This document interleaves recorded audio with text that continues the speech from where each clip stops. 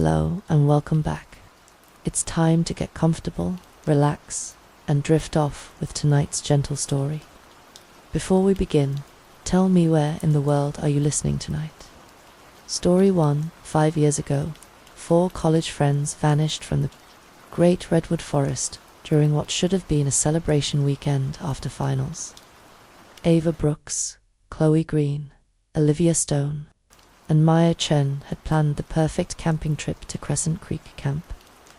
Their tents were found undisturbed, their car keys still in the ignition, their phones abandoned by Whispering Falls. Despite massive search efforts, not a trace was found until a desperate voice cuts through the static of a 911 call. 5 years later, Clara Jones adjusted her headset and took another sip of lukewarm coffee. The graveyard shift at Summit County 911 moved at a different pace than day shift. Most calls involved drunk drivers, domestic disputes, or medical emergencies. She never expected the voice that would change everything. Summit County 911, what's your emergency? Silence stretched across the line. Clara checked her screen. The call registered, but no one spoke. Hello, Summit County 911. Do you need help? A whisper broke through the static. Female, terrified. Help, please. The line went dead. Clara stared at her screen. 5 years of dispatch experience taught her to distinguish genuine distress from pranks. This call carried weight, fear, desperation. She immediately began the trace protocol, fingers moving across her keyboard with practiced efficiency. The coordinates appeared: 41.5678 DDG REN 123.4567D GWEP in the Great Redwood Forest National Park.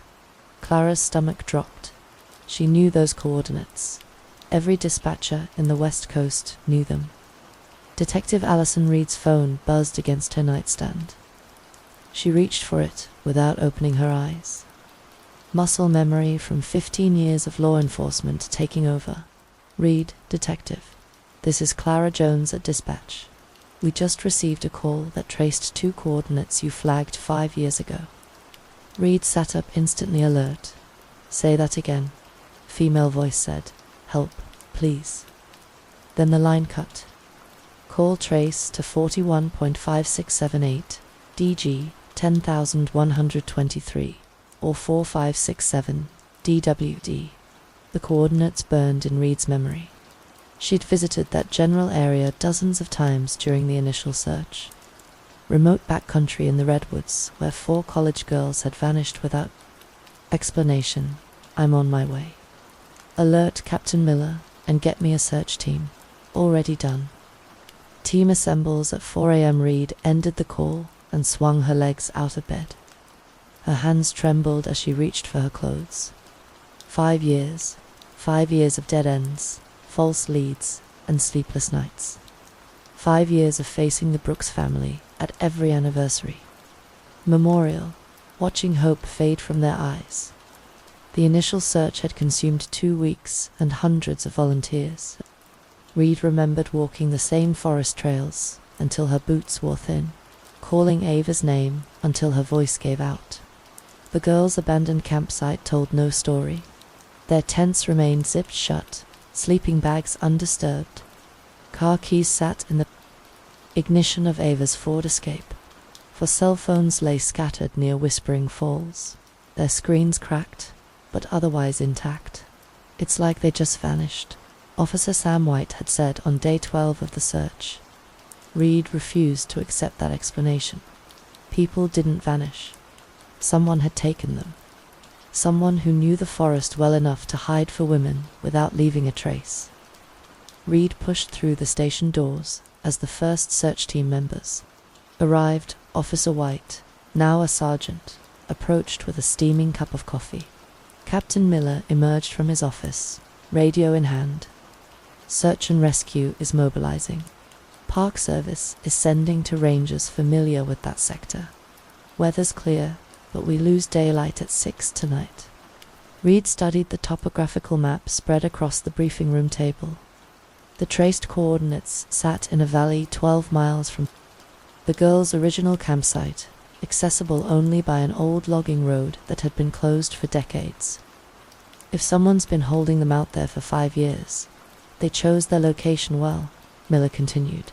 No cell towers, no hiking trails, no reason for anyone to wander through. Sergeant White pointed to the map. Logging road here connects to Forest Service Road 101. We can get vehicles within 2 miles. Then it's hiking. Reed traced the route with her finger, 2 meters through dense forest to reach coordinates. If this is legitimate, if one of them managed to make that call, they're still 12 miles from civilization. We move into teams, Miller decided. Reed leads primary. White takes secondary and approaches from the north in case someone runs. Dawn painted the redwood forest in shades of gold and purple as Reed's convoy turned onto Forest Service Road 101. 3 Sheriff's Department vehicles, followed by a search and rescue truck, wound through increasingly narrow mountain roads. Reed drove the lead vehicle. Her partner, Detective Mike Davis, riding shotgun while studying the GPS coordinates. Haven't been this far into the backcountry since the original search. Davis said, forgot how isolated this area gets. Reed navigated another sharp curve. The road surface changing from asphalt to gravel to hard-packed dirt. Perfect place to hide someone or something. Her radio crackled to life. Detective Reed, this is Sarah Brooks. I'm at the trailhead. Reed's jaw tightened. She'd hoped the Brooks family wouldn't learn about the call until they had more information. Sarah, you need to stay back. This is an active investigation. My sister's out there. I'm not staying back. Reed pulled into the trailhead parking area, a small clearing where the old logging road began.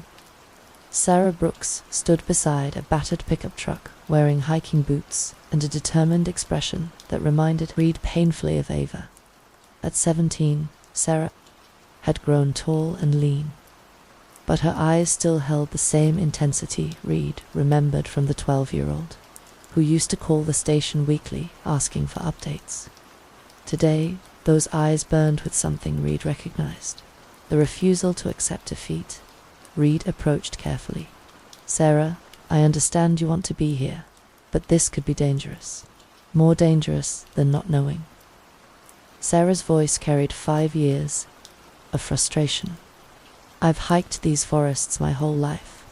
I know this area better than half your team. The protocols exist for a reason. The protocols haven't brought my sister home. Sarah adjusted her backpack straps. I'm 18 in 3 months. I can make my own decisions. Detective Davis joined them, his expression sympathetic but firm. Miss Brooks, we can't have civilians on an active search. Then make me not a civilian. Sarah pulled a folded paper from her jacket. I'm certified in wilderness first aid. I volunteer with search and rescue in Ocean County. I know these trails. Reed examined the certification, current and legitimate. She looked at the young woman who'd spent 5 years growing up without her sister. 5 years that should have included graduation, parties, college applications, and normal teenage concerns. You stay with me at all times. You follow every instruction without question. If I tell you to retreat, you retreat immediately. Sarah nodded. I understand. The search teams gathered around Reed's vehicle as she spread the topographical map across the hood. The morning air carried the scent of pine and the distant sound of rushing water. 2-mile hike through old-growth forest. Reed briefed the group. Terrain gets steep after the first mile. White's team approaches from the north. We follow the logging road coordinates directly. Park Ranger Mark Peterson studied the map. This road hasn't seen maintenance since the 70s. Expect fallen trees, washouts, and heavy undergrowth. Recent weather, Reed asked. Dry spell creek beds should be passable. Peterson traced the route with his finger. Water sources here and here if we need them. The teams distributed radio frequencies and emergency protocols. Reed checked her weapon, flashlight, and first aid kit. Beside her, Sarah performed the same equipment check with practiced efficiency. They began the hike single file, Red leading with Sarah close behind. After 30 minutes, Reed noticed the tire tracks. She raised her hand, stopping the column. "Someone's been through here recently," Reed whispered into her radio. Detective Davis knelt beside the tracks. Vehicle size suggests a truck or SUV heading. Deeper into the forest, Sarah crouched next to the impressions, her face pale. "These are fresh, maybe a day or two old." Reed felt her pulse quicken. After 5 years of cold leads, they'd found evidence of recent activity in one of the most remote areas of the redwoods. The tire tracks continued ahead, following the old logging road toward the coordinates. The team resumed hiking with increased caution. The forest grew denser as they gained elevation. Ancient redwood trees created natural walls on both sides of the overgrown road. Reed paused frequently to check her GPS and radio their position to White's team. 1 mile to coordinates, she reported. The cabin materialized through the trees like something from another century. Reed raised her fist, stopping the team as they crested a small ridge overlooking a hidden valley. Below them, a weathered log structure sat in a clearing barely visible. From their position, "Contact," Reed whispered into her radio. "Structure in sight at coordinates." The building looked abandoned from a distance, but Reed's trained eyes caught details that raised her pulse. A metal roof showed recent patches. The front door stood slightly ajar, most telling the tire tracks they'd followed terminated in a muddy area beside the cabin. "No movement visible," Detective Davis reported, scanning the structure through binoculars. Reed studied the surrounding terrain. The cabin occupied a natural depression surrounded by dense forests on 3 sides and a steep ridge to the north. Someone had chosen this location carefully, hidden from aerial view, accessible only by the logging road and defensible if necessary. "White, what's your position?" Reed radioed. "North Ridge, 100 yards from your location. No activity from this." Angle. Reed made the tactical decision. "We approach from the east. Davis takes point. Sarah, you stay here with Brooks until we clear the structure." "No." Sarah's voice carried absolute determination. "If Ava's in there, I'm not waiting on a ridge. This isn't negotiable." "Then arrest me." Sarah started down the slope. "But I'm going." "To that cabin," Reed cursed under her breath. The Brooks family's stubbornness had become legendary over 5 years of investigation. She grabbed Sarah's arm, stopping her advance. "Behind me, touch nothing. Speak only if I ask you a direct question." They descended toward the cabin in tactical formation. Red lead with her weapon drawn, followed by Davis, then Sarah with 2 search and rescue volunteers bringing up the rear. The forest remained eerily quiet, except for their footsteps on the thick carpet of fallen leaves. At 50 yards, details became clearer. The cabin was larger than it appeared from the ridge, with a stone chimney and 2 small windows facing their direction. The front door hung open approximately 6 in, revealing darkness beyond. Reed's radio crackled. "Movement inside," White reported from his position. "Someone just passed by the north window." The team froze. Reed felt her heart rate spike. "Positions," Reed commanded. The team spread into a semicircle around the cabin's front entrance. "Summit County Sheriff's Department," Reed called out. "We need to speak with anyone inside the building." Silence answered her. Reed tried again, louder. "This is Detective Reed with Summit County. We're here to help. Please come to the front door with your hands visible." Still nothing. Reed made eye contact with Davis, who nodded and began moving toward the cabin's left side. She followed the established entry protocol, approaching the front door at an angle that minimized exposure to the windows. The smell hit her first. Unwashed bodies, stale food, and something else she couldn't identify. Human habitation in poor conditions. Reed's training told her to proceed with extreme caution. But 5 years of searching for these women demanded action. She pushed the door open with her foot, weapon ready. The interior revealed itself in the shaft of daylight that fell through the doorway. A single room with a stone fireplace, minimal furniture, and evidence of recent occupation. Dirty dishes sat on a makeshift table. Blankets lay scattered across the floor, but no people. Clear front room, Reed reported, stepping inside. The cabin felt larger inside than outside appearances suggested. A narrow hallway led to what appeared to be a back room. Reed noticed details that made her stomach clench. Heavy bolts on the inside of the front door, bars welded across the windows, and metal rings bolted to the wall at waist height. Reed.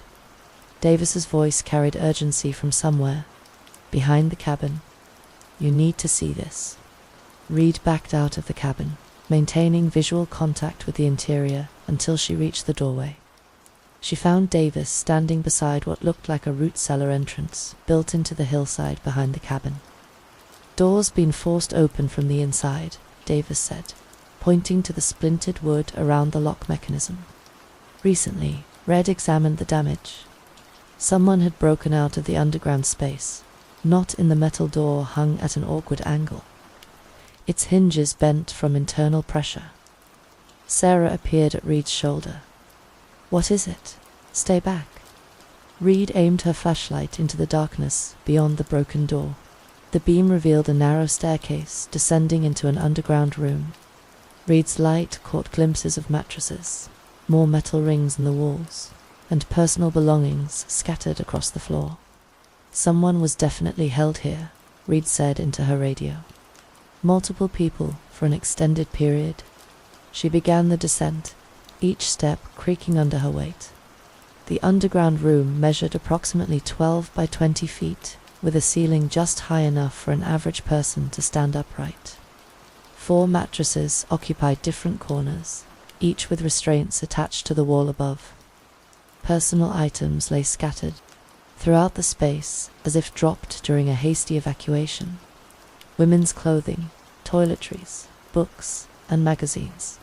Reed photographed everything before touching anything, but her eyes kept returning to one item that made her breath catch. A silver chain lay tangled in the bed frame closest to the stairs.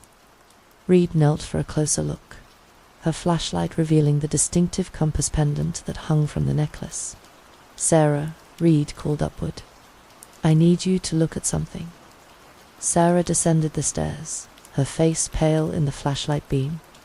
Reed pointed to the necklace without touching it. Do you recognize this? Sarah's intake of breath was audible. She reached toward the necklace, then stopped herself. That's Ava's. Grandma gave it to her for her 16th birthday. She never took it. Off the compass pendant caught the light. Its engraved surface still legible after 5 years. Find your way home remained visible in small script around the edge. Reed keyed her radio. This is Reed. I need crime scene technicians at these coordinates. Immediately. Full processing team. The investigation had taken its first major step forward in 5 years. 4 women had survived captivity in this remote location, and at least one had escaped long enough to make a phone call. Now Reed needed to find where they'd gone. Crime scene technician Lisa Chen descended into the underground room with her equipment cases. Her camera flash illuminating details Reed had missed in the initial sweep. Chen worked methodically, photographing each mattress, each restraint point, each scattered personal item before beginning evidence collection. Chen examined the food remnants scattered near one mattress. Bread's moldy, but not completely decomposed. Milk carton still has liquid inside, though it's soured. She picked up a water bottle, checking the contents. Based on decomposition rates, and the fact that this water hasn't evaporated completely. I'd estimate 24 to 48 hours maximum. Reed felt electricity shoot through her system. 2 days. After 5 years of cold leads, they'd missed their targets by 2 days. Detective Chen called from the far corner of the underground room. "You need to see this." Reed descended the stairs again, following Chen to where she knelt beside the back wall. Chen's flashlight revealed a hole in the stone foundation roughly 3 feet square that opened into darkness beyond. "Escape tunnel?" Reed asked. "More like a back door." Chen aimed her light into the opening. "This wasn't dug recently. See the smooth edges? This was planned construction, not a desperate escape attempt." Reed called Detective Davis on her radio. "I need you to check the hillside behind the cabin. Look for another entrance about 30 feet from the root cellar door." "Copy that." While Chen continued processing evidence, Reed climbed back to ground level and found Sarah sitting on a fallen log, staring at the cabin with hollow eyes. "They were down there for 5 years, Sarah said, without looking up in that hole. "How do we know they're still alive?" "Because whoever held them took the time to move them instead of." Reed stopped herself. Sarah didn't need to hear the alternatives. Davis's voice crackled through the radio. "Found it hidden entrance behind some fallen trees. Opens into the same underground space." Reed stood. Any sign of recent use? Footprints. Multiple sets leading away from the entrance, toward higher ground. Reed felt the familiar surge of a case. Breaking open. Mark the trail. We're following it. 20 minutes later, Reed led a tracking team away from the cabin compound. The footprints Davis had discovered created a clear path through the forest, heading northeast toward the higher elevations of the redwoods. Park Ranger Peterson examined the trail markings with practiced eyes. 5 sets of prints. For smaller, consistent with women's footwear. 1 larger set, probably size 11 or 12 men's boots. "How recent?" Reed asked. Peterson knelt beside a clear impression in the soft earth. "A day and a half maximum." The trail led upward through increasingly difficult terrain. Reed called for additional resources as the scope of the search expanded beyond their current capabilities. "Captain Miller, this is Reed. I need air support. And at least 2 more search teams." "What's the situation?" "We've got fresh tracks leading away from the scene. 5 people moving northeast toward the high country. If we move fast, we might catch them. Helicopters en route. Additional ground teams will take 2 hours to reach your position." After an hour of climbing, Davis made another discovery. Hidden beneath a pile of carefully arranged rocks, he found a cache of supplies. Water bottles, canned food, first aid materials, and camping equipment. "This isn't random," Reed said, examining the cache. "Someone planned these supply points." Peterson pointed to the map. "If there's one cache, there are probably others spaced along predetermined routes." Reed called for the helicopter to conduct an aerial search for additional supply caches. The pilot reported back within 30 minutes, identifying at least 3 more locations where supplies might be hidden. "Your subject knows these forests," Peterson told Reed as they resumed following the trail. "These cache locations suggest someone who spent years learning every ridge, every water source, every escape route. How many people know the backcountry?" "Well enough to pull this off," Reed asked Peterson. "In this area, maybe a dozen old-timers who grew up hunting these mountains. Some military veterans, a few survival enthusiasts." Peterson paused his examination of the trail, and park employees, past and present. Reed felt pieces clicking into place. "I need background checks on everyone who's worked for the Park Service in this area over the past 10 years. Reed radioed to Miller. "That's a long list. Cross-reference it with people who have property holdings in remote areas. Look for hunting guides, survivalist instructors, anyone with advanced wilderness skills." Reed's radio buzzed as she emerged from a particularly dense section of mountain laurel. Captain Miller's voice carried urgency across the static. "Reed, I've got preliminary results on those background checks. 3 people in the target area have both Park Service history and remote property holdings." Reed signaled her team to halt while she took the call. "Give me the names." Ethan Black, retired park ranger, owns 40 acres off Shadow Peak Road. Jessica Tran, current seasonal employee, has family property near Whispering Falls. And Ryan Foster, former seasonal worker, owns multiple parcels throughout the backcountry. Send me everything you have on all 3. Photos, employment records, property locations. Reed studied her map while waiting for the information download. The trail they'd been following headed northeast toward Shadow Peak Road and the general area where all 3 suspects own property. Detective Davis approached with his own radio update. Helicopter spotted movement 2 miles ahead. Multiple individuals moving through a clearing near elevation marker 710. Reed felt her pulse quicken. How many? Pilot counts, 5 figures, moving in single file toward the ridgeline. The chase had become a pursuit. "Miller, I need someone to start canvassing the local communities.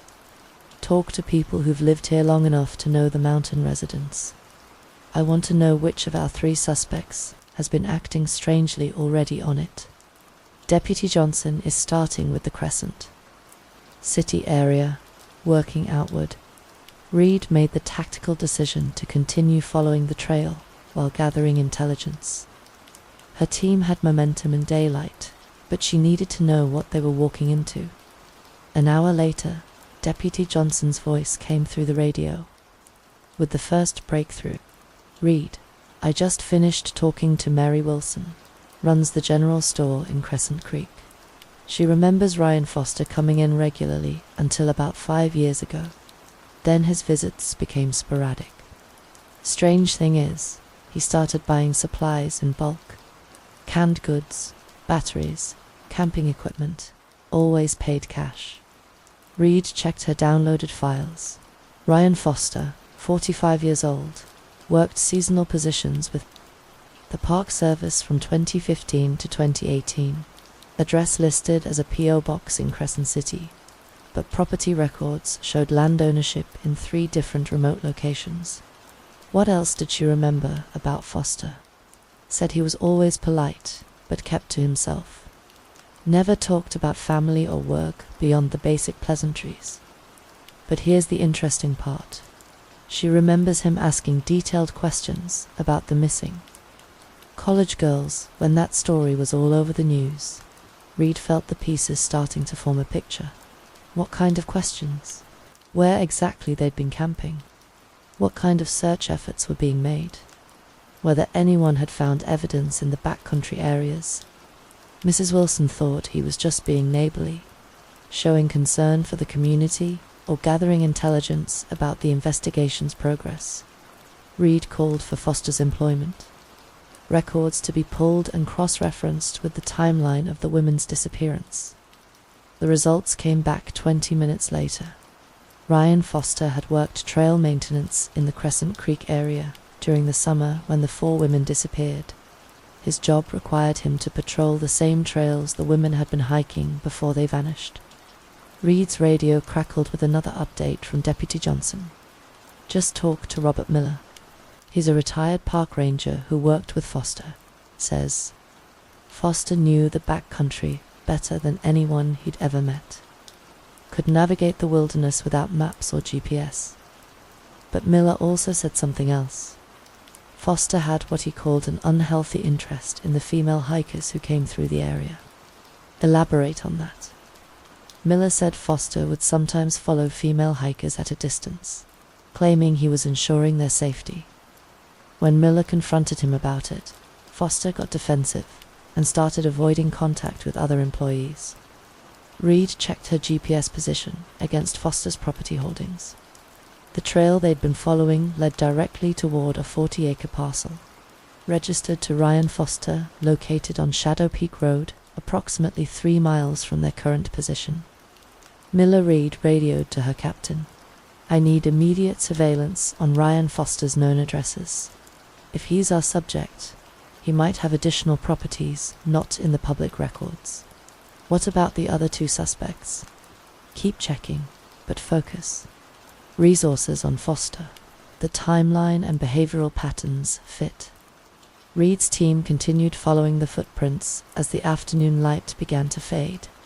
The trail led them across Shadow Peak Road, confirming they were heading toward Foster's property. But Reed also noticed something that made her increase caution. The footprints showed signs of fatigue. The women were struggling to keep pace. Deputy Johnson called back with additional intelligence from his canvassing efforts. Reed, I found someone who's seen Foster recently. Local hunter named Ben Harrison says he spotted Foster 3 days ago driving an old blue pickup truck on one of the Forest Service roads. Harrison thought it was odd because Foster had a woman in the passenger seat and Harrison had never seen Foster with company before. Did Harrison get a good look at the woman? Said she appeared to be sleeping or unconscious. Didn't think much of it at the time. Figured maybe Foster was giving someone a ride, but looking back, Harrison said something. Felt off about the situation. Reed felt the case solidifying around Ryan Foster. The timeline matched, the location was correct, and witness reports confirmed recent activity. But she also realized they were walking into a confrontation with someone who knew the terrain better than anyone on her team. All units were now treating this as a pursuit of armed and dangerous suspect, Ryan Foster. Approach with extreme caution. Subject has extensive wilderness survival skills and intimate knowledge of local terrain. As Reed's team crested the next ridge, they could see smoke rising from a chimney in the valley below. A small cabin sat nestled among the trees, with what appeared to be several outbuildings scattered around the property. Ryan Foster's registered address lay directly ahead. Reed lowered her binoculars after studying the compound below. 3 structures occupied the cleared area. A main cabin with smoke rising from its chimney, a smaller outbuilding that looked like a workshop, and what appeared to be a storage shed. A blue pickup truck sat parked beside the main cabin. That's the vehicle Harrison described. Detective? Davis said, checking his own binoculars. Reed keyed her radio. Miller, I need everything we have on Ryan Richard Foster.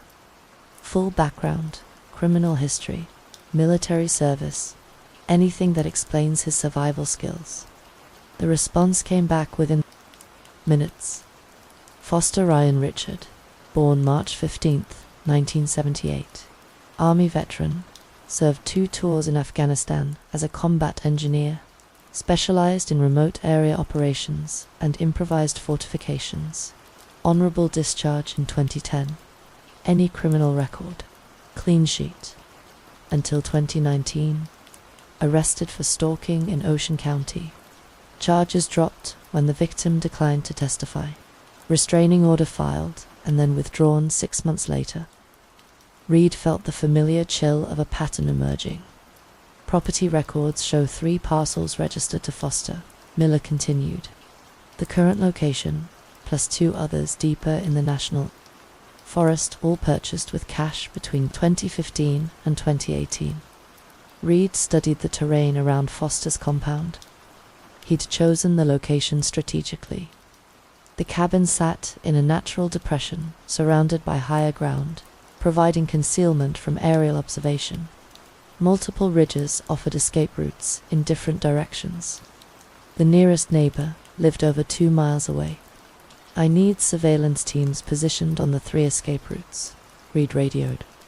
Get me real-time intelligence on those other 2 properties Foster owns. While her team established observation positions, Reed continued gathering intelligence.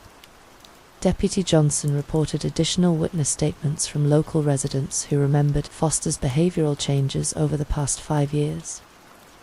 Store clerk in Eureka remembers Foster buying unusual quantities of women's clothing and personal hygiene products, Johnson reported, always different sizes, like he was shopping for multiple people. The evidence continued building. Reed requested thermal imaging equipment to confirm the number of people inside Foster's buildings. But the helicopter pilot reported interference from the cabin's metal roof and wood stove. Detective Davis established communication with the surveillance teams. Northridge team reports clear sight lines to the compound. East and West teams are in position. No movement observed from any of the buildings. Reed checked the time. For hours of daylight remained. Enough time to establish a perimeter and plan an approach. But not enough for an extended siege if Foster decided to fortify his position. Miller, what's the legal situation for approaching the property? We've got exigent circumstances based on the kidnapping and immediate danger to the victims. You're authorized to enter the property to preserve life. Reed made the tactical decision to move closer for direct observation. She selected 2 team members to accompany her, while the others maintained overwatch positions. The approach required 30 minutes of careful movement through dense forest. Reed's team reached a ridge approximately 200 YD from the compound, close enough to observe details through binoculars. A male figure passed by the front window twice, moving between rooms. The figure matched Ryan Foster's physical description from his Park Service employment records.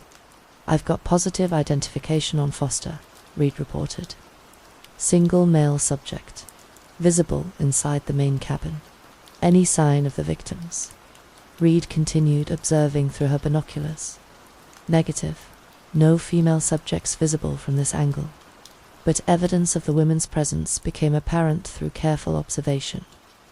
Clothing hung on a line behind the cabin included items consistent with women's sizes and styles. Reed counted 4 sets of garments, suggesting all 4 victims remained at the location. Detective Davis pointed toward the storage shed. Movement. In the smaller building, Reed shifted her binoculars to the shed. Through a partially open door, she caught a glimpse of blonde hair and what appeared to be a woman's arm before the figure moved out of sight. Contact confirmed. At least 1 female subject in the storage building. All teams we have confirmed. Victim contact at suspect's primary residence. Prepare for a tactical approach. Hostage rescue protocols in effect. Detective Davis monitored radio communications from the surveillance teams positioned around the compound's perimeter. Each team reported their assigned escape routes secured, creating a tactical containment that would prevent Foster from disappearing into the wilderness again. Thermal imaging shows 5 heat signatures, reported the helicopter pilot during his 3rd reconnaissance pass. 4 concentrated in the storage building, 1 moving between the main cabin and workshop. Reed studied the compound layout through her spotting scope. The storage building that held for heat signatures sat approximately 50 yards from the main cabin, connected by a well-worn path. If those 4 signatures represented the missing women, they were being held separately from Foster's primary living space. As darkness approached, Reed made tactical decisions based on 48 hours of observation. The storage building is our primary objective, Reed briefed her team via radio. Thermal imaging confirms for individuals inside, consistent with our missing victims. Foster maintains his residence in the main cabin and appears to sleep alone. Reed had requested additional tactical resources, but the remote location complicated deployment. The nearest road access required a 2-mile hike through wilderness. Terrain unsuitable for vehicles. SWAT team arrives at first light. Captain Miller reported air support standing by, but weather conditions may limit helicopter operations. We can't wait for optimal conditions, Reed decided. If that weather front moves in, we lose visibility and air support. We move tonight. Detective Davis studied the compound through night vision equipment. Storage building has 1 entrance. No windows visible from this angle. Unknown interior layout. North team, what's your view of the storage building? Partial view of the rear wall. No doors or windows visible from this position. At 9:47 p.m., Foster followed his established pattern. Reed watched him unlock the storage building and disappear. Inside, she immediately moved from her observation post, approaching the building from the blind side, while Davis maintained overwatch on the main cabin. Reed reached the rear wall of the storage building and pressed her ear against the wood. Voices carried through the wall, female voices speaking in hushed tones. She counted at least 3 distinct speakers, confirming multiple victims inside. More importantly, Reed heard Ava Brooks's voice.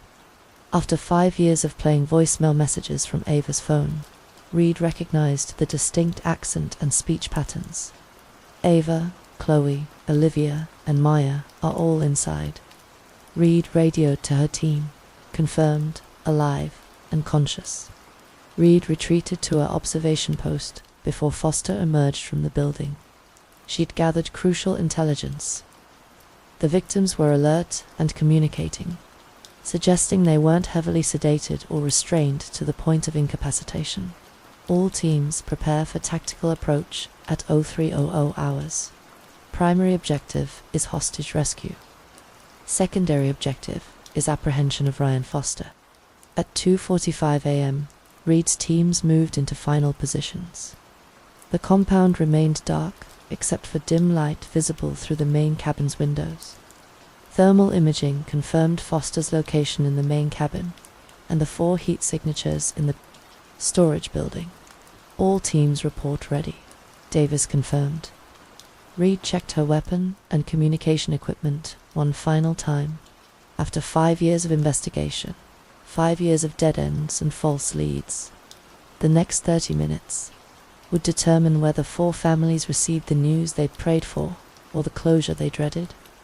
Execute in 60 seconds, Reed commanded. Reed's team moved through the pre-dawn darkness with practiced silence, their boots finding purchase on the forest floor without disturbing the carpet of fallen leaves. The tactical approach required 40 minutes of careful navigation through dense undergrowth, each team member maintaining visual contact with the person ahead while avoiding the established trails that might be monitored. Detective Davis led the eastern approach team while redirected the primary assault group toward the storage building where thermal imaging had confirmed the hostages' location. The northern team, consisting of 2 park rangers with extensive wilderness experience, positioned themselves to cut off escape routes toward the higher elevations. At 50 yards from the compound perimeter, Reed's pointman raised his fist, signaling the team to halt. Through her night vision, Reed detected the first sign of Foster's defensive preparations. Thin wire stretched between trees at ankle height, connected to what appeared to be improvised noisemakers constructed from tin cans and metal fragments. Perimeter alarms, Reed whispered into her radio. Subject has early warning systems in place.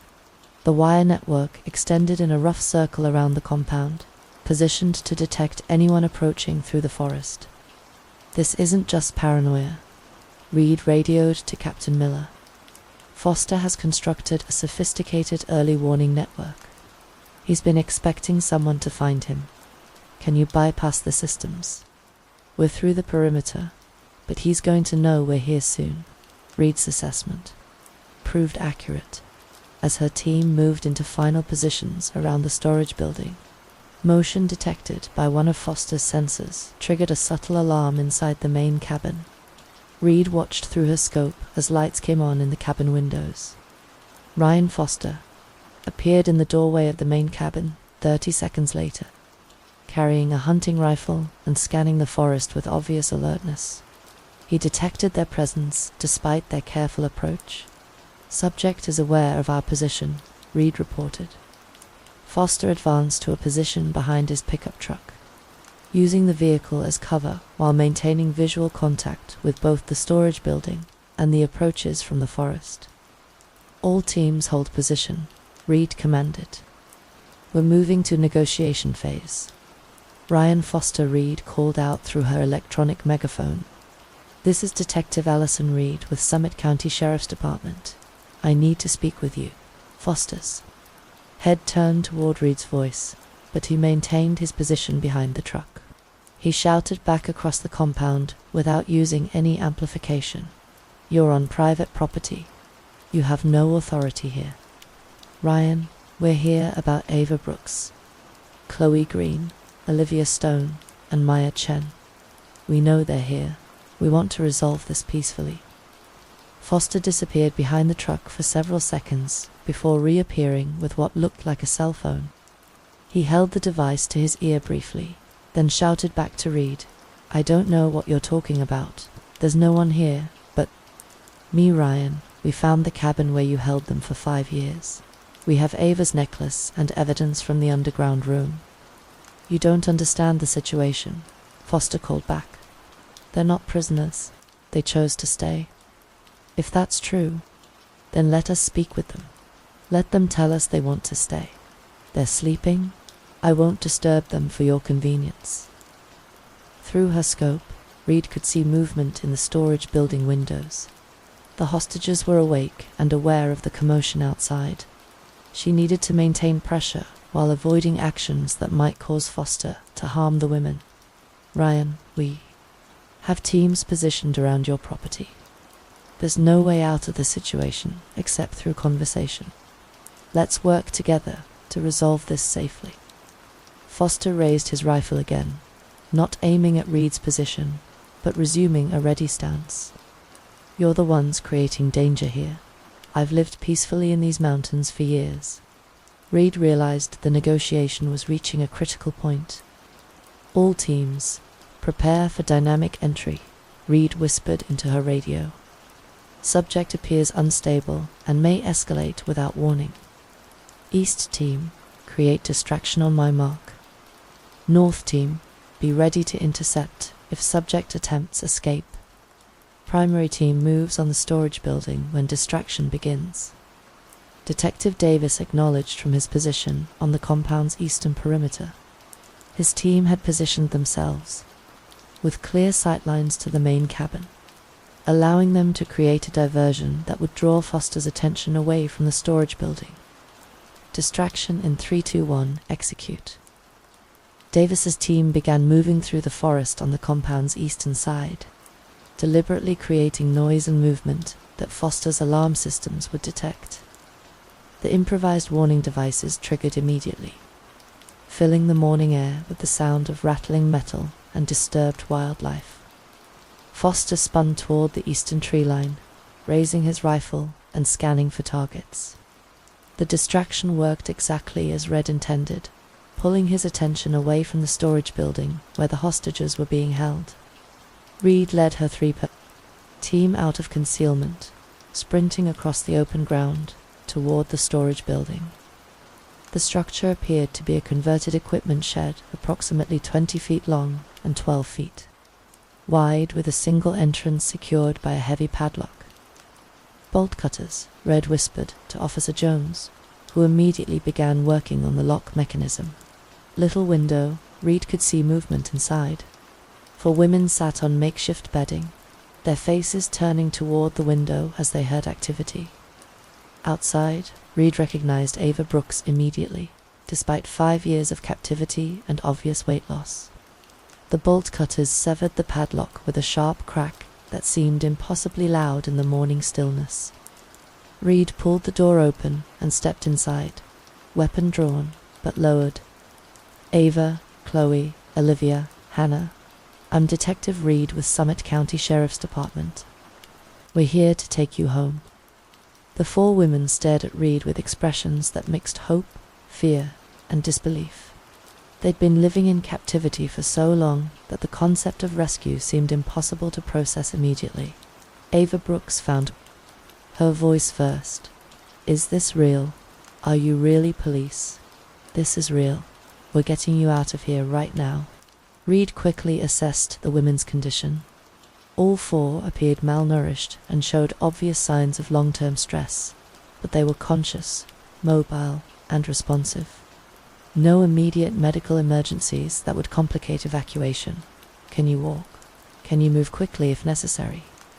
Yes, Olivia Stone answered, struggling to her feet. We can move. Reed's radio crackled with urgent updates from the distraction team.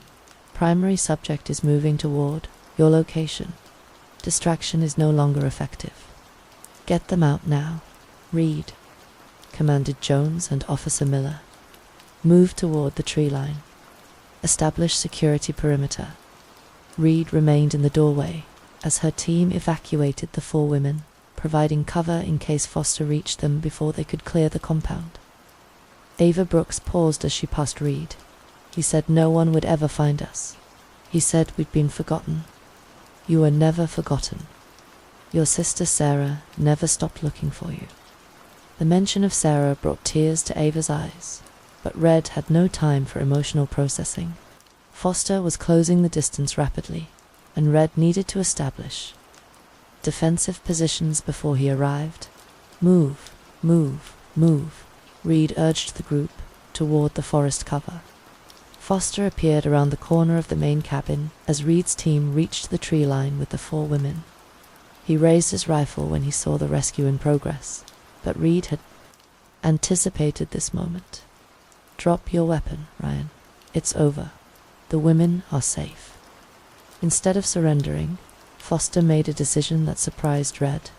He turned and sprinted toward the forest on the compound's western side, abandoning his defensive position and the compound he'd controlled for 5 years. Subject is running. West, Reed radioed. All teams converge on pursuit. Reed faced a split-second decision. Pursue Foster immediately or ensure the hostages reach safety first. She chose the victims' welfare, escorting them to the secure perimeter her teams had established before beginning pursuit. But as Reed reached the tree line, she realized her count was wrong. Only 3 women stood with her evacuation team. Where's Ava? Red demanded. Chloe Green, still processing the shock of rescue, pointed toward the forest where Foster had disappeared. He grabbed her. When we were running, he came back and grabbed her. Reed felt ice in her veins. Jones, escort these 3 to the road and wait for medical support, Reed commanded. Davis with me. We're going after Foster. The pursuit began immediately. He's heading for the high country, Davis observed, studying the direction of the tracks. Reed checked her GPS and compared their heading to the topographical map. Foster was moving towards some of the most remote wilderness in the western United States, areas where search and rescue operations became exponentially more difficult.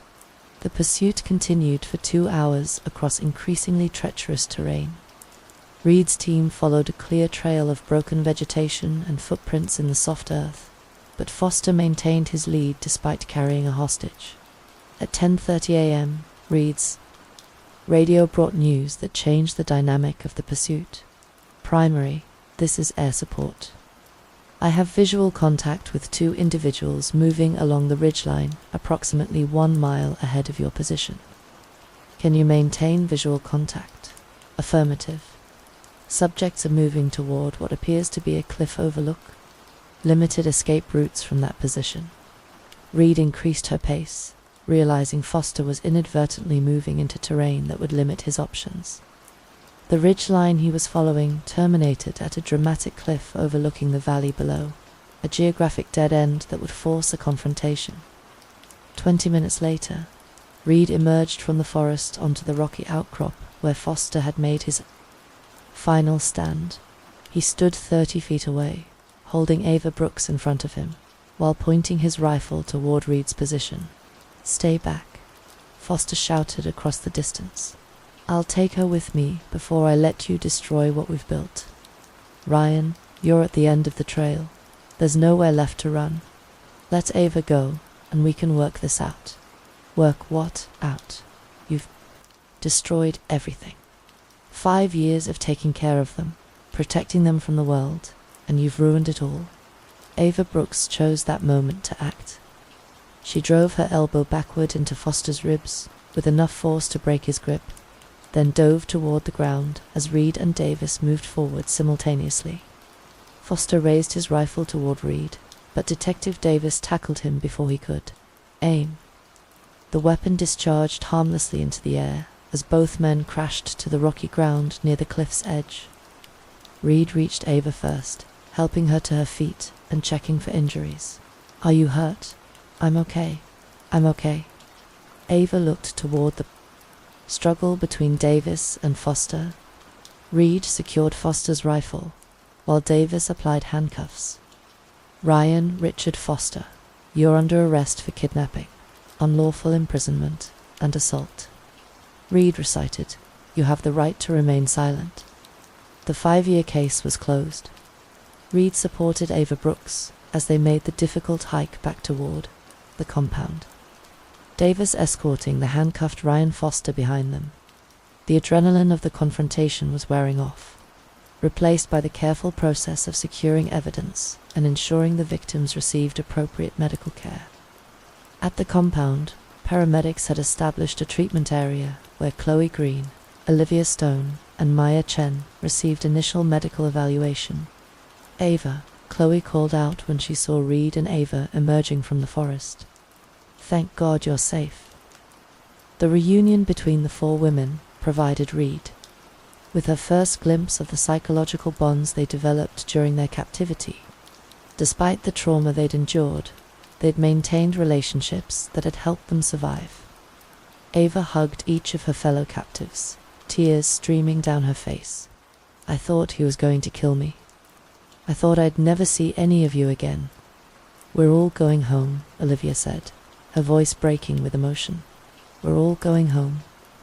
Ryan Foster sat in the back of a sheriff's department vehicle, his military bearing finally broken by the reality of capture. Reed stood outside the hospital room where Ava Brooks was being examined, watching through the observation window as doctors conducted their evaluation. Ava appeared remarkably resilient considering her ordeal, answering questions clearly and maintaining composure despite 5 years of trauma. Detective Reed. Reed turned to find Sarah Brooks approaching down the hospital corridor, accompanied by their parents. "Is she really okay?" Sarah asked, her voice barely above a whisper. "She's alive. She's safe. The doctors say she's going to recover fully." Sarah's composure finally broke. 5 years of hoping, searching, and refusing to give up hope culminated in tears that wouldn't stop flowing. "Can I see her?" The reunion between Ava and Sarah took place in the hospital room. Reed watched from the hallway as the 2 sisters embraced. 5 years of separation ending in a moment that validated every hour Reed had spent searching. "I never stopped looking for you," Sarah whispered to Ava. "I never gave up. I know. I always knew you'd find me somehow." Ryan Foster's confession provided details that helped Reed understand the full scope of the crime. He'd been watching the 4 women during their camping trip, following them along hiking trails when they separated from that group to photograph Whispering Falls. Foster had drugged their water supply and transported them to his first location while they were unconscious. "I was protecting them," Foster insisted during his interview with Reed and the district attorney. "The world is dangerous for young women. They were safer with me." Reed reviewed the charges that would be filed. 4 counts of kidnapping in the first degree, 4 counts of unlawful imprisonment, 4 counts of aggravated assault, and additional charges related to the weapons found at his compound. The district attorney felt confident about securing life sentences without possibility of parole. The trial of Ryan Richard Foster began on a cold February morning with extensive media coverage and a courthouse packed with supporters of the 4 victims. Reed testified about the investigation, the discovery of the compound, and the rescue operation that ended 5 years of captivity. Ava Brooks, Chloe Green, Olivia Stone, and Maya Chen all chose to testify, describing their experiences with courage that impressed everyone in the courtroom. Their testimony painted a picture of psychological manipulation, physical control, and survival against impossible odds. Sarah Brooks delivered a victim impact statement, that brought tears to the eyes of experienced court officials. "Ryan Foster didn't just steal my sister for 5 years," Sarah said, addressing the court. "He stole our family's hope, our peace, our ability to trust that good things could happen. But he didn't break us. Ava came home, and our family is stronger than we were before." The jury deliberated for less than 4 hours before returning guilty verdicts on all 16 felony counts. Judge Eleanor Vance sentenced Ryan Foster to life in prison without possibility of parole, plus 50 additional years for the aggravated assault charges. Foster's appeal was filed and rejected within 6 months. The California Supreme Court upheld the conviction and sentence, providing final legal closure to the case that had consumed 5 years of Reed's career. 1 year later, Reed visited Ava Brooks at her apartment near the University of California campus, where Ava had resumed her pre-med studies with the goal of becoming a trauma physician. The young woman who'd survived 5 years of captivity was channeling her experience into helping other victims of violence. "I got accepted to medical school," Ava told Reed over coffee. "I want to work with survivors of violent crime." Reed wasn't surprised. "How are you adjusting to being back?" "Some days are harder than others," Ava admitted. "But I have my family, I have my future, and I have 3 friends who understand what I've been through. We're all going to be okay." Reed left the meeting with a sense of completion she'd rarely experienced in law enforcement. The case that had defined her career for 5 years had ended with the best possible outcome for young women reclaiming their lives and using their experiences to help others. The phone call that had broken 5 years of silence had led to the resolution of one of the state's most notorious missing persons cases. Story 2. In the spring of 1987, a teenage paper girl vanished without a trace during her morning route in a Midwest town. Her bike left unattended, no sign of a struggle. For over a decade, the case went cold until a county crew unearthed a forgotten shed behind an abandoned substation. What followed would unravel a chain of horrors, exposing a secret so chilling it would change everything her family and investigators thought they knew. The crew arrived just after sunrise, back stiff from the cold and the kind of quiet that came with county contracts nobody wanted. 3 men in neon vests worked the perimeter of the old electrical substation, their boots crunching over dead brush and broken glass. Behind the main fence, where the ivy had swallowed most of the rear lot, a shape took form. A squat, rusted maintenance shed hidden behind collapsed fencing and a tangle of vines. "Anybody got this on their site map?" one of them muttered, pushing through the overgrowth. "Not on mine," the crew lead, Leo Miller, said. "Probably just old junk." The padlock on the shed door looked as old as the structure itself. Leo gave it one tug, and it clinked, unmoving. He stepped back, reached for the bolt cutter. It took 2 tries. On the second snap, the lock clattered to the ground.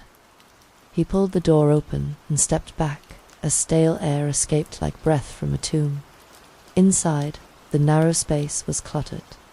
Janitorial crates stacked 3 high. Metal shelving rusted along the edges, and 2 broken office chairs slumped in a corner. "Great time capsule of garbage," another worker said, shining a flashlight around. But Leo wasn't looking at the crates. In the far back, under a dust-caked tarp and partially obscured by a collapsed shelving unit, he spotted canvas. He pushed aside the metal frame. There, tucked in the shadows, was a satchel faded beige, the corners fraying, the black-inked initials. On the flap were just legible, a Barnes. Leo stepped back. "Call it in." By the time the first cruiser arrived, the crew had backed out to the lot entrance, leaving the door propped open. Officer Maria Valdez ducked inside, snapping photos on her department-issued phone. She paused at the satchel, leaned down, and called in a request for evidence collection. She didn't see the grave at first, not until she moved a crate near the wall. and noticed the uneven pattern of the floor pavers. One was cracked through like it had been dropped hastily and never aligned with the others. She radioed for backup. 2 hours later, crime scene techs were cordoning off the area and working. Under floodlights, they pried up the loose concrete pavers, one by one. Just beneath them was a plastic-wrapped bundle, duct-taped at the ends, heavy with water damage. The outer layer coated in soil. It took another hour to confirm it. Human remains, bones child-size, wrapped in a torn denim jacket and a striped shirt worn thin with time. Detective Sarah Jenkins parked along the edge of the lot, her tires crunching over gravel. She stepped out slowly, tugging her badge over her jacket. A field tech approached, lifting the police tape for her. "They found it around 8, he said. "The satchel first, then the body, or what's left of one." She ducked inside the shed without a word. The air was sharp with rot and damp insulation. Her eyes landed on the satchel, now bagged and tagged, resting on an evidence table just outside. The structure. She didn't have to read it again. She already knew what it SAID. A Barnes, Amelia Barnes, 16, missing since August 15th, 1987. Sarah's eyes lingered on the bag for a long moment before stepping toward the open gravesite. The forensics crew was still working, carefully photographing every angle before moving the wrapped remains. "Age estimate?" she asked. "For now, juvenile clothing suggests mid-teens, could be consistent with Amelia," one of them replied. Sarah said nothing, but her chest tightened. That name had never left her. 14 years old, sitting on her parents' couch, knees pulled to her chest, watching the local evening news. They showed the picture twice. Amelia in her paper route cap, smiling like she meant it. The story ran for weeks, then days, then a week. Without updates, then nothing. Back then, Sarah remembered asking her mother what runaway meant. Her mother had said, "Sometimes kids just leave." But Sarah hadn't believed that. Not about Amelia. She remembered biking past Amelia once, remembered how serious she looked. Even with earbuds in and a stack of papers over her shoulder, she was someone who paid attention, and then she was gone. Back at her apartment that night, Sarah sat at her kitchen table, the overhead bulb flickering every few minutes. The case file lay open in front of her, a yellowed folder retrieved from cold case storage, spine cracked, and pages softened by age. The last entry, typed and clipped to the inside cover, read, "Subject likely runaway. No viable leads. File inactive." Sarah reached over and flipped open her laptop, pulling up the department's digital archive. She cross-checked Amelia's file. No physical evidence had been recovered. The satchel sat under direct light in the evidence room, laid out on a stainless steel table with a grid mat beneath it. The canvas was cracked and discolored, its corners stiff with age. A crime lab technician hovered nearby, carefully lifting the strap with gloved hands as Sarah watched from behind the glass. "Surface contaminants are heavy," the tech muttered, peeling back a flap. "But there's embedded material here. Hair strands. Could be fibers, but I'd bet human. Brittle, aged. We'll try mitochondrial extraction." Sarah tapped on the glass once. "Anything inside?" The tech carefully unzipped the front pouch. One rusted keyring, nothing else. No paper, no wallet, no ID. He rotated the bag under the lamp. Strap seams are frayed, and there's deep abrasion near the lower edge. Could be clawing or tearing. Linings punctured. To MID, be fingernail scrapings. "Bag it all," Sarah said. "Get it under biological and trace." She didn't move from the window until the satchel was sealed again. Back in her apartment, Sarah cleared the side of her fridge and started pinning photos. Amelia's yearbook portrait, a scanned map of her old paper route, a printout of the Evidence label from the satchel. She opened a notepad and started sketching the timeline. August 15th, 1987, Saturday morning. Amelia leaves her house before 6 a.m., canvas bag slung over her shoulder. It's still cool at that hour. A neighbor sees her at 6:20 on 3rd Street. Her bike is found an hour later on the corner of Haywood and 3rd.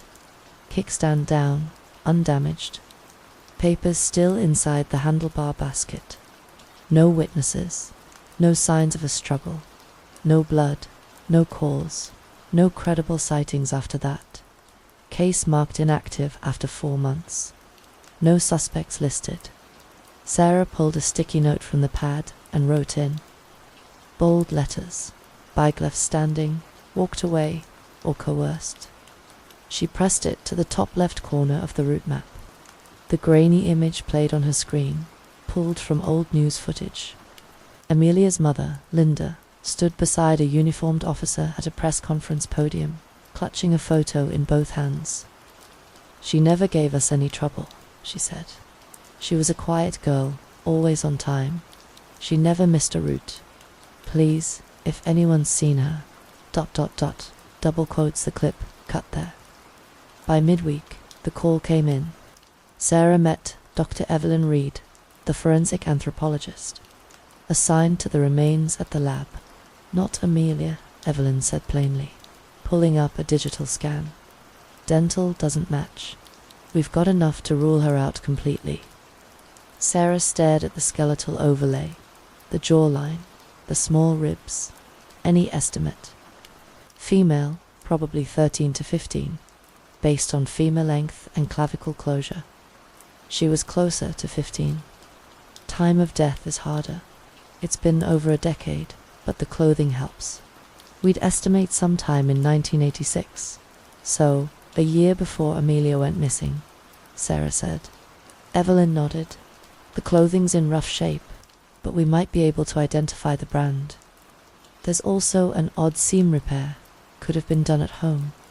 Sarah exhaled slowly. "So, we've got the satchel of one missing girl and the body of another. Looks that way." That night, Sarah returned to the station and began digging through National Missing Persons entries from 1986, filtering by location, age, and disappearance month. She narrowed it to 4 cases. One stood out. Brenda Fisher, 15, vanished. From a neighboring town in June 1986. Lived 2 towns over. Last seen walking home from music practice. Carried a denim jacket. Described as shy. Rarely went anywhere alone. Sarah pulled the file. Brenda's case was cold almost from the beginning. No obvious threats, no suspects, just vanished into the afternoon. The report included a school photo, braces, long hair parted in the middle, a necklace with a cross. Sarah printed it and pinned it next to the reconstruction scan. She called Evelyn the next morning. "Check the dental again. Look for any overlapping molar placement." Brenda Fisher had braces a year before she went missing. An hour later, Evelyn called back. "It's her." Sarah stood in the chief's office with both case files tucked under her arm. She laid them on his desk without speaking at first. The chief, a man who measured his words with caution, leaned back and read the labels on the folders. He opened Amelia's case file first, then Brenda's. "You're saying they're connected?" "I'm saying one girl's satchel was found next to another girl's body in a place neither one of them should have been," Sarah said. "Both disappeared within 14 months of each other. Neither case had suspects. Now we have forensics linking at least one of them to a known location." He tapped the folder slowly. "You think it's the same person?" "I don't think anything yet, but I'm not ruling it out." He glanced up at her. "All right, we'll list both cases as reopened. Start with the forensics. Go back to the original witnesses. If there's a pattern, you find it." Sarah nodded once. "I will." "Do you think Brenda Fisher's disappearance is tied to Amelia Barnes? Could the same person be behind both cases?" Let us know your theories in the comments. Amelia's remains weren't found. So, is she still out there? Hit like and stay tuned to our channel to see if Sarah brings the culprit to justice. Sarah parked along the curb of a brick apartment complex, with ivy curling along the west wall. The building was quiet, shaded by the frame of tall oaks, still bare from winter. She walked up the steps slowly, the case file under her arm, and buzzed the unit listed in the original report. The door opened a few seconds later. Linda Barnes stood behind the screen door in a navy cardigan, her hand still clutching the knob. Her eyes were darker than in the yearbook photo Sarah had pulled from the file, harder around the edges, more alert. She didn't look surprised. "You're the detective," Linda said. "Yes, ma'am. Sarah Jenkins.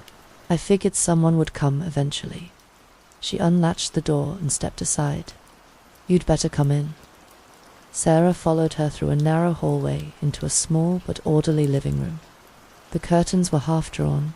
A photo of Amelia in a blue dress stood on the mantel next to a ceramic angel and an unopened birthday card. The place was clean, but still it felt like time had given up trying to move forward. They sat at the kitchen table. Linda poured tea without asking. "I know what they found," she said after a moment. "The bag, it's hers, isn't it? It had her name, the initials, a Barnes, faded but clear." Linda nodded to herself. She loved that one. "We bought it second-hand, but she treated it like gold. Wouldn't let her brother touch it." "She didn't run away," Linda said. "Steady now. They made that assumption because it was easy, because they didn't want to do the work." Sarah stayed quiet, letting her speak. "She had $28 saved in her drawer," Linda went on. Her paper route list was all marked up. Dates, corrections, who tipped and who didn't. She just washed her clarinet. She was supposed to have a lesson the next day. Linda looked across the table. She didn't leave. Someone took her. "I believe that," Sarah said. "She didn't even take her Walkman." Her voice thinned. "She never went anywhere without that thing." Sarah reached into the case file and laid out a small inventory sheet. It listed the original findings from 1987. Abandoned bicycle at the corner of Hayward and 3rd, upright on its kickstand. Papers still in the basket. No known witnesses. No signs of struggle. "They made a call on it 2 weeks in," Sarah said. "Marked her as a runaway and closed the active investigation by the end of the year." Linda smiled bitterly. "I remember they told me it was a phase." Without a word, Linda stood and disappeared down the hallway. Sarah heard the soft creak of a closet door. When she returned, she carried a shoebox with the lid taped down the sides. She peeled it back and began laying out photos. Amelia in her band uniform, holding a clarinet in one hand, squinting against the sun. Amelia sitting on the front step, with a golden retriever licking her face. A blurry shot of her holding a birthday cake with uneven candles. Then Linda placed one photo off to the side. "This one, that's from homecoming, sophomore year. The boy with her, his name's Thomas." Sarah leaned in. Amelia wore a red dress, her hair curled at the ends.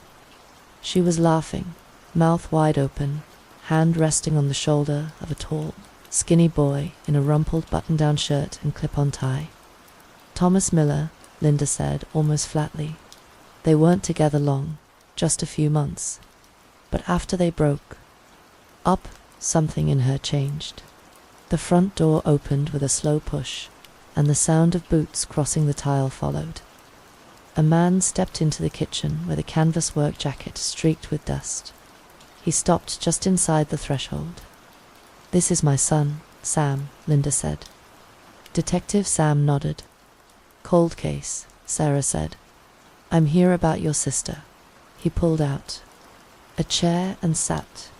His hands were rough, the nails short and chipped.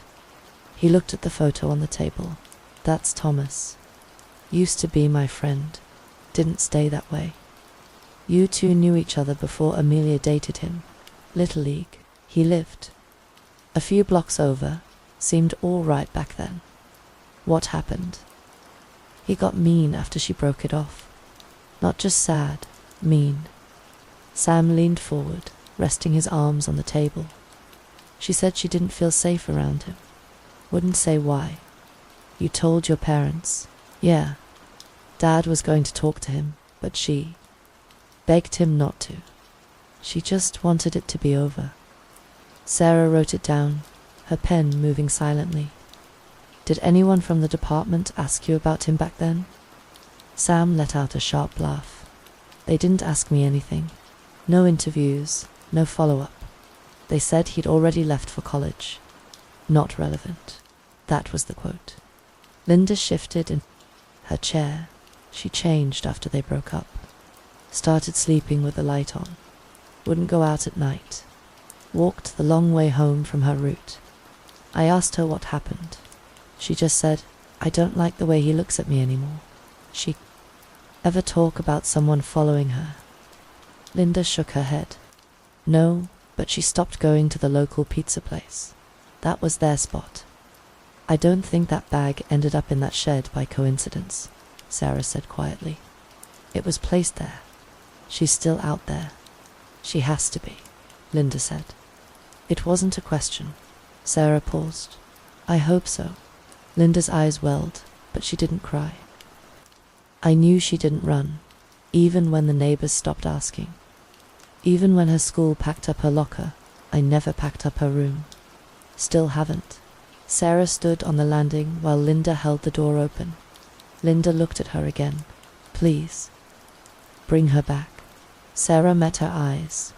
I promise. Linda nodded and closed the door softly.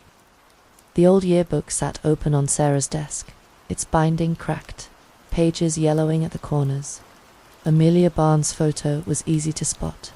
3rd row, 4th from the left, straight hair parted in the middle, small smile.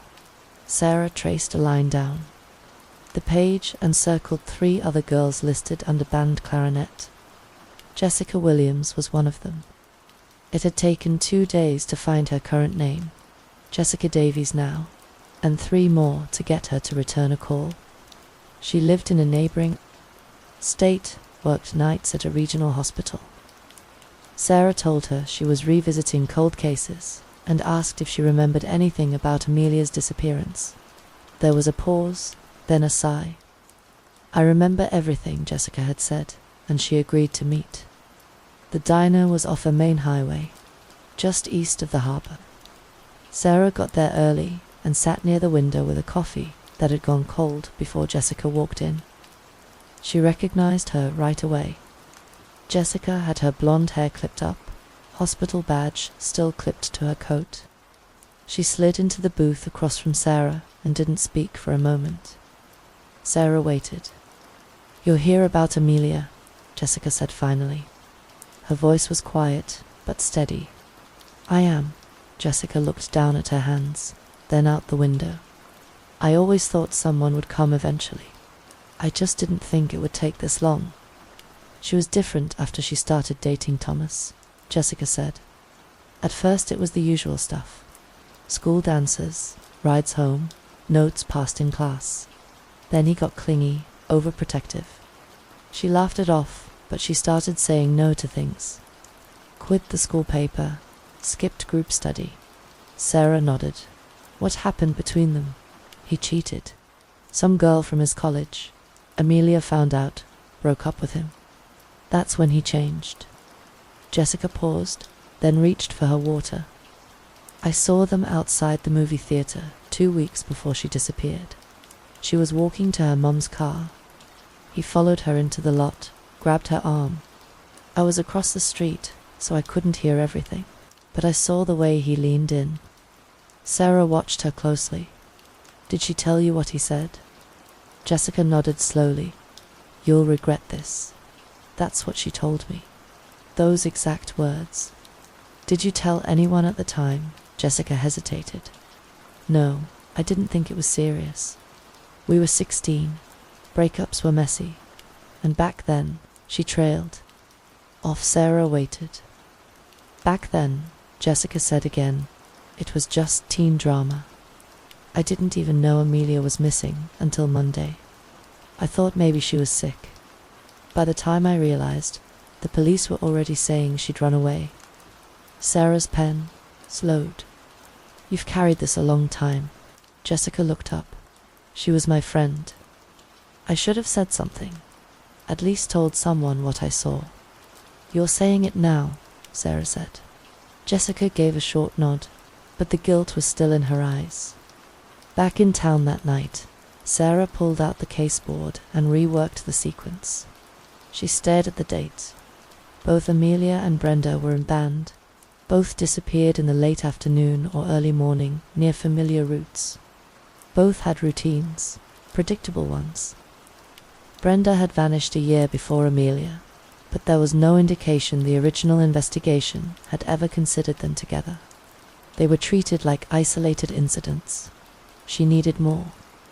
The office was tucked into the back corner of a low-rise. Strip mall off a main highway, wedged between a nail salon and a tax prep chain with a flickering neon sign. The placard read, Midtown Claims Adjusting. Thomas Miller, agent. The blinds were drawn. The window tint made it hard to see inside. Sarah pulled open the glass door. A chime rang above her head. A receptionist barely glanced up before motioning toward the hallway. Third door down. Thomas Miller was standing when Sarah stepped in. 30 now, but still rangy in that boyish way. His tie was loose, the shirt a half shade too large at the collar. His desk was neat, pens lined in pairs, monitor pushed perfectly parallel to the edge. You're the one who called about the coverage review, he asked, offering a handshake. Sarah returned it briefly. Detective Sarah Jenkins. I was hoping to ask you a few questions regarding someone you knew in high school. His smile faded. This isn't about insurance. No, she said. It's about Amelia Barnes. He sat down slowly. The shift in his posture was immediate, shoulders back, eyes narrowing. I think about her all the time, he said, more than I'd like to admit. Sarah took the chair across from him. You dated for about 3 months. From late fall into spring, sophomore year. She was sharp, fun, honest, even when you didn't want her to be. What happened between you? Thomas ran a hand through his hair. College happened. I was older. Got into college early. She was still in school. We tried to make it work. I screwed it up. Sarah waited. I got involved with someone at orientation. Some girl from town. Amelia found out. I didn't lie. I couldn't. She showed up at my dorm one weekend, and I told her everything. She was upset, Sarah said. Thomas nodded. She called a few times after. Thomas continued. Left messages, then stopped. I thought she was moving on. I figured maybe I'd hear from her in the summer. She never made it to summer. I know. He leaned forward, elbows on the desk, hands locked tight. When the news hit, I thought maybe she took off. I even hoped that would have been easier to believe. I kept waiting for her to come back and yell at me or something. I wanted that. You were never interviewed? Sarah asked. Thomas shook. His head, once, briefly. Guy from the sheriff's department called my dorm. I told him where I was. He said they were just checking boxes. No follow-up. None. I offered to come in when I was home for break, but no one called. Sarah didn't write anything down. She just watched him. There's something else, Thomas said after a pause. I've never told anyone this. I didn't think it mattered, but maybe it does. Sarah leaned in slightly. Go ahead. About 2 weeks before I left for college, we were getting pizza also. Some guy came up to her outside while I was parking, started talking to her. What kind of guy? Thomas frowned. Mid-30s, maybe older. Wore a ball cap, kept smiling too much. She looked uncomfortable. I saw it from across the lot. What did you do? I walked up and asked if there was a problem. The guy backed off quick, said something about wanting directions, and left. Sarah's pen hovered. Did Amelia say anything after? She said he'd asked her if she delivered papers, said he liked seeing her in the mornings, thought she was friendly. It freaked her out, but she didn't want to make a big deal. She recognized him. She thought he might have worked at one of the newspaper places. Can you describe him? Thomas closed his eyes for a moment. Medium height, brown hair, no beard, kind of square jaw, baseball cap. But I remember his car. Grey sedan, something boxy, old even then. Sarah scribbled a quick note. Sedan, grey, printing connection, possibly paper vendor. Could he have followed you? Maybe. I didn't see him again, but Amelia mentioned once that she saw a car like his outside her route, one of the neighborhoods she didn't usually cover. Did she ever mention his name? No. You think this is connected to what happened to her? He asked quietly. I think Amelia was scared, Sarah said. And I think someone was watching her. Thomas nodded more to himself than to her. Do you think it was that guy? Sarah rose from her chair. That's what I'm going to find out. The ceiling fans spun slow over the public records terminal. Sarah sat at one of the 4 ancient terminals in the City Records Annex, scrolling through microfilm scans that had been digitized. The Midwest paper supply roster from 1986 came up in chunks. Partial pages, some of them skewed or annotated in the margins. She circled one list with her stylus delivery coordinators, men aged 30 to 40 at the time of employment. She pulled 10 names. 2 stood out. Both had been in charge of route coordination. Both had supervisory access to delivery rosters, route maps, and new carrier files. One was Kevin Collins, deceased since 1991. The other was Richard Madison. Sarah arrived in a rural town on a grey Thursday just after dawn. The town was the kind that blinked past a car window in under a minute. To traffic lights, a feed and seed store, and a row of single-story houses built in the late 60s. DMV records had placed Richard Madison at 141 Curtis Drive. The power company confirmed a monthly bill in his name, paid in cash, at the local hardware store, where he now stacked lumber part-time. She eased her sedan to the curb half a block from the address. The ranch house matched the neighborhood. White vinyl, trimmed hedges, flagstone path, a silver Chevy Impala, 5 years old, no plates on the front bumper, sat in the driveway. Took a photograph, time-stamped it. That afternoon, she canvassed on foot, badge tucked away, demeanor relaxed. Mrs. Peterson next door watered marigolds while her cat lounged in the shade. Quiet fella, she said of Madison. Always waves when he heads to work, keeps to himself. That's a good thing around here, Sarah asked. Better than noisy, Peterson replied, shrugging. His wife is skittish though, young thing. Hardly see her, won't meet your eyes. At the corner mailbox, Mr. Harrison, a retired postal worker, offered more. Madison, polite enough, buys the local paper every Tuesday. Girl with him, Susan, he calls her. Never says a word. Thought maybe she's shy or, you know. On day 3, Sarah swapped her stakeout gear for khakis, a clipboard, and a laminated ID that read Tri-County Development Survey.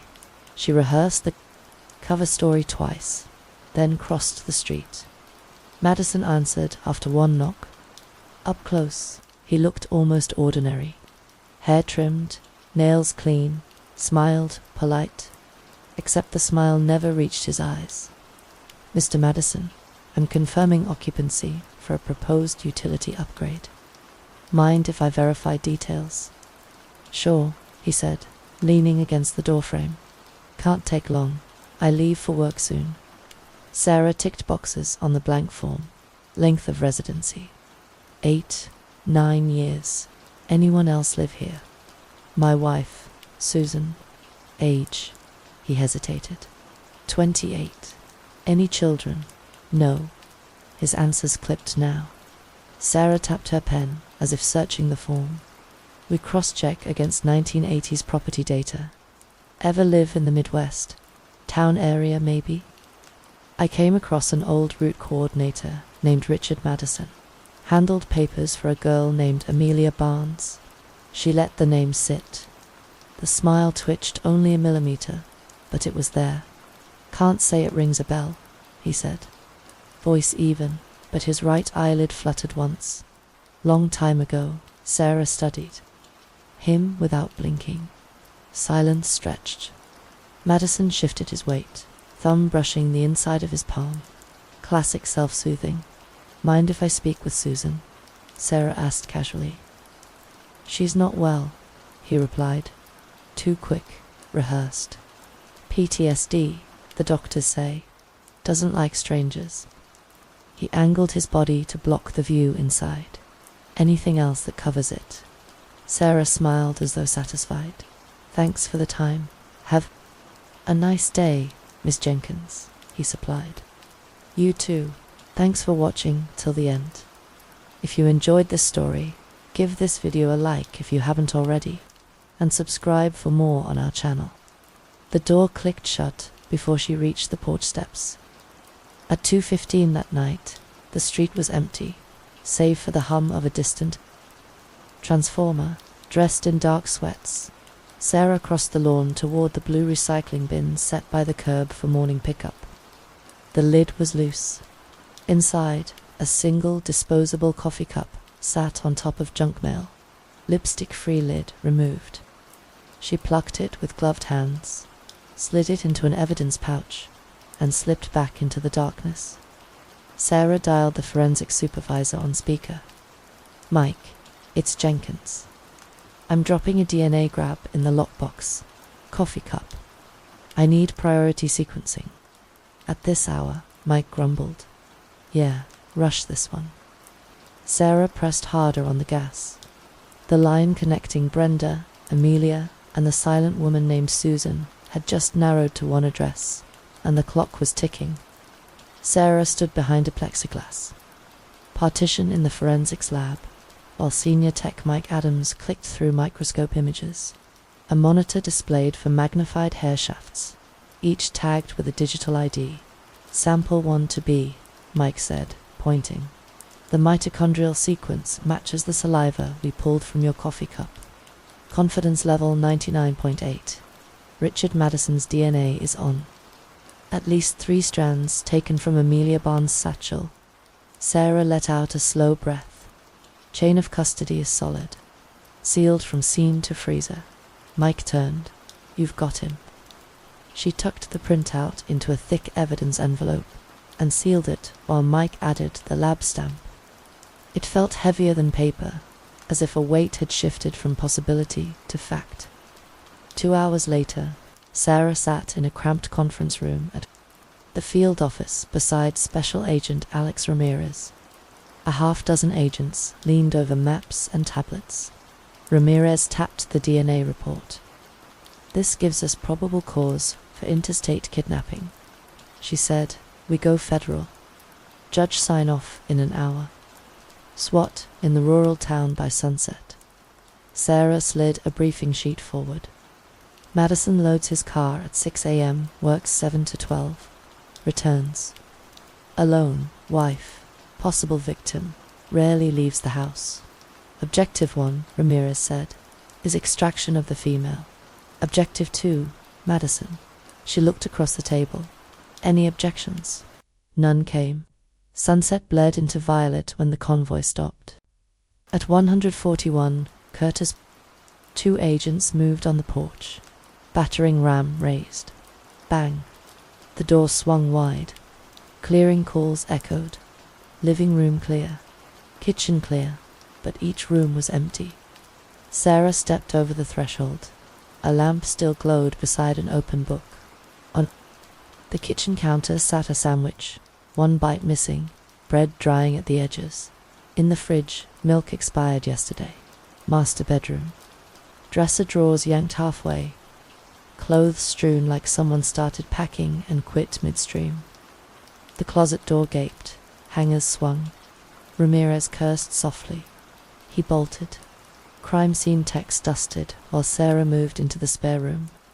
On a sagging desk stood a shoebox closed. With elastic bands, she slipped on gloves, lifted the lid. Inside, laminated state IDs, all with Madison's photo under aliases. Edgar Mullins, Robert Mayon, Tyler Rigg. Beneath them, a second stack. Driver's licenses for one female. Same eyes, same cheekbones, the hair changing from girlhood ponytail to a blunt adult cut. Every ID listed a different name. Susan Mitchell, Dana Wells, Amber Lee, but each face was Amelia's. Tech Nolan called from the kitchen. "Detective, you need to see this."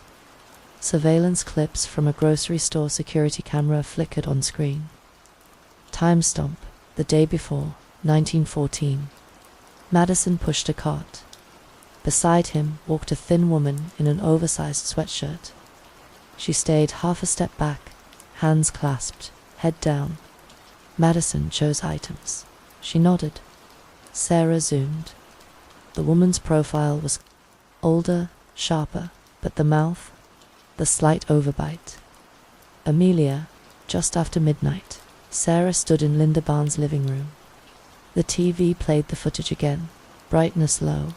Linda sat forward on the sofa, fingers digging into her knees. The frame paused on Amelia's face. Linda's breath hitched. That's her. She reached to touch the screen, hand trembling. That's my Amelia. Her voice cracked. She looked so tired. Sarah knelt beside her. Madison fled tonight. We're tracking him. Linda wiped her eyes. Bring her home. I will. Back at command, Ramirez handed Sarah a printout hot off the fax.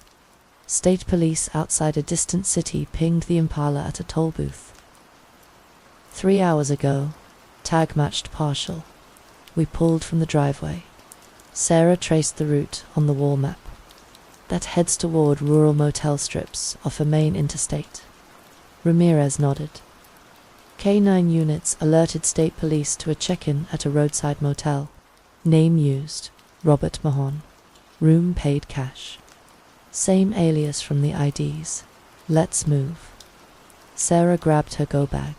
Her pulse knocked steady but hard.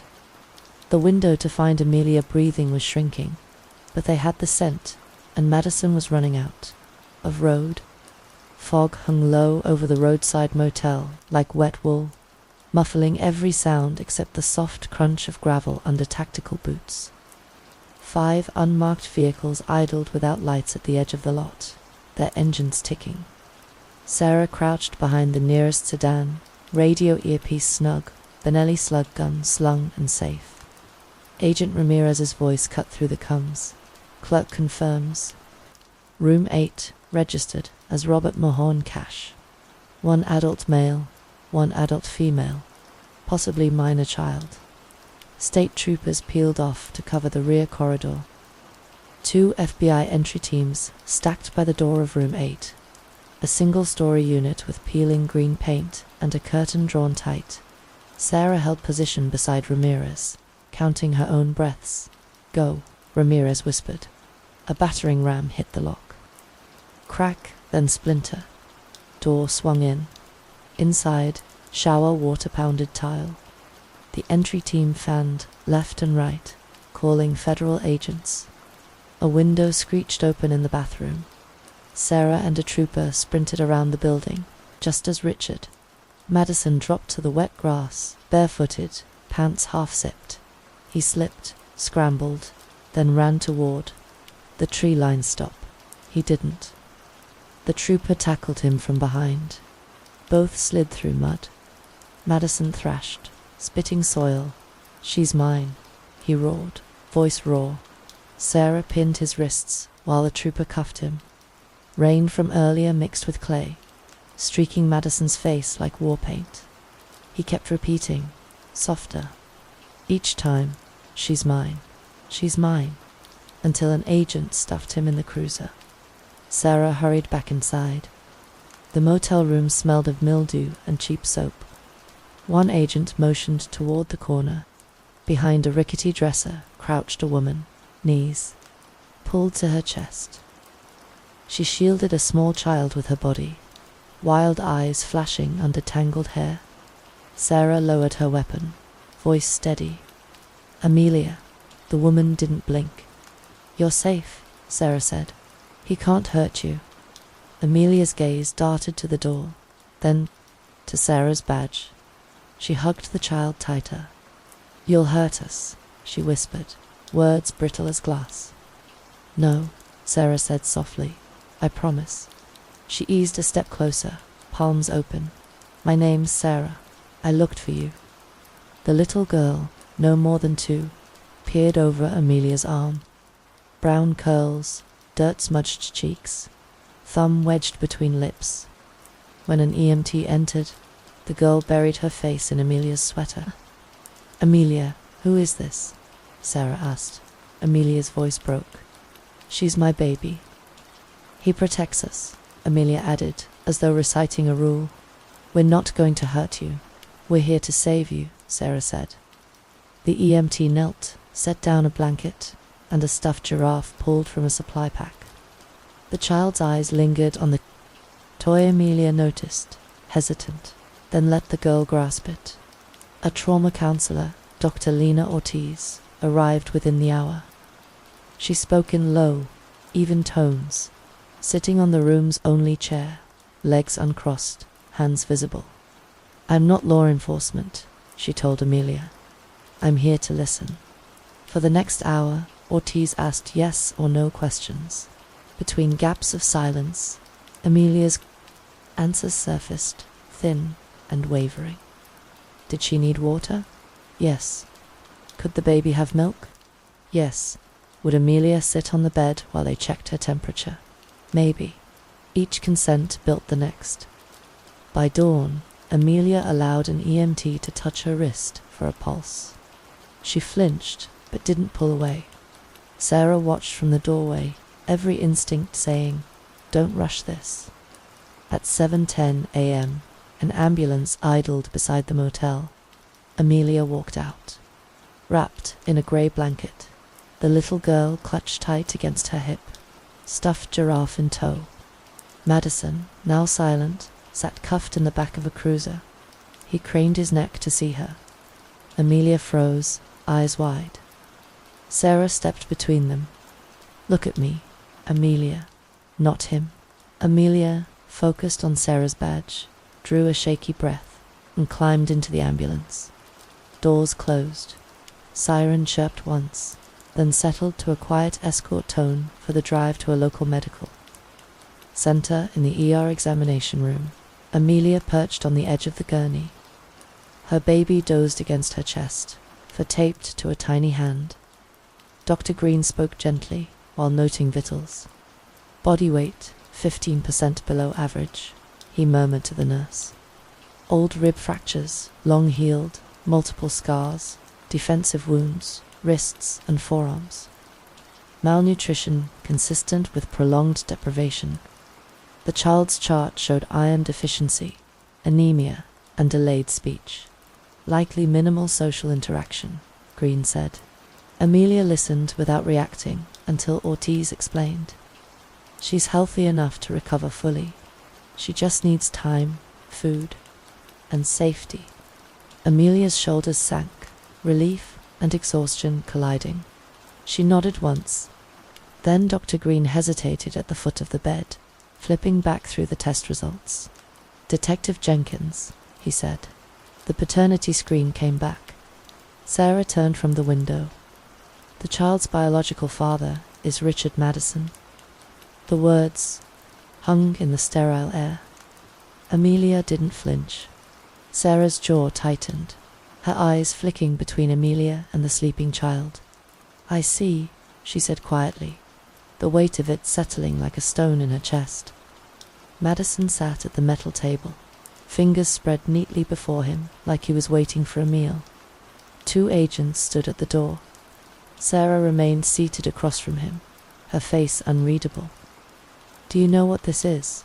she asked, laying down a photo of Brenda Fisher's remains. Just the clothing, bones outlined in a plastic wrap. Madison looked at it without blinking.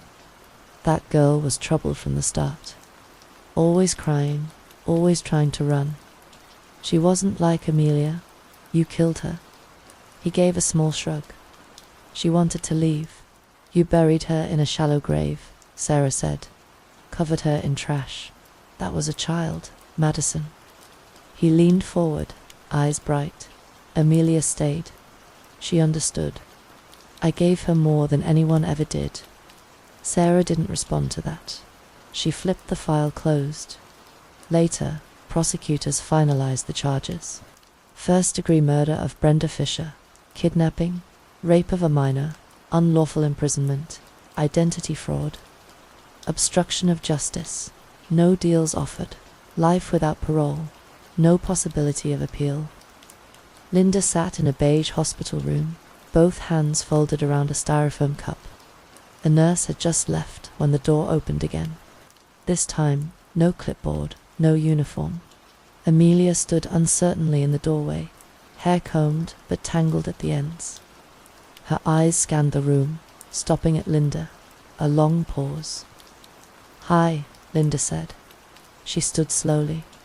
I'm your mother." Amelia didn't move. Her hand tightened on the child behind her leg. The little girl peered out with wide eyes. "Your name is Amelia," Linda said softly. She reached into her purse and took out a photograph. "This is you. Christmas morning. You got a red sweater. You said it was too itchy, but you wore it anyway." Amelia didn't take the photo, but she looked at it. "I used to sing to you at night," Linda said. Her voice trembled, but she kept going. "Can't help falling in love. You used to hum along before you fell asleep." Amelia's jaw quivered. Her hands dropped to her sides. "He said you forgot me," she said. Her voice was barely above a whisper. "He said no one was looking." Linda stepped forward slowly. "I never stopped." Amelia's knees buckled, and she collapsed into her mother's arms, sobbing. Later, they sat in a social worker's room, Amelia cradled, the toddler on her lap while filling out basic intake forms. "Does the child have a name?" the counselor asked gently. Amelia paused. The little girl clung to her shirt. "She was never called anything," she said. "He didn't want her to have one." Linda put a hand on Amelia's back. Amelia looked down at the child, who blinked up at her. "Hope," Amelia said. "Her name is Hope." 3 weeks later, Amelia walked up the steps of the Barnes apartment. Her daughter balanced on one hip. The door had been freshly painted. There were potted flowers on the stoop. Linda opened the door before she knocked. No words, just an embrace. Sarah visited only once, parking across the street without announcing herself. From the car, she saw the three of them on the porch. Amelia was brushing Hope's hair. Linda handed her a glass of juice. It was quiet, still, real. She didn't get out. As she turned the keys in the ignition, a knock on the window startled her. Linda stood there. Sarah rolled the window down. Linda didn't smile. She just looked at her for a long moment. "Thank you for bringing her back to me," she said. "That's all I ever wanted." Sarah gave a nod. Nothing else to add. Some cases just need closure. She drove away. Thanks for staying till the end. If you enjoyed this story, give this video a like if you haven't already, and subscribe for more on our channel.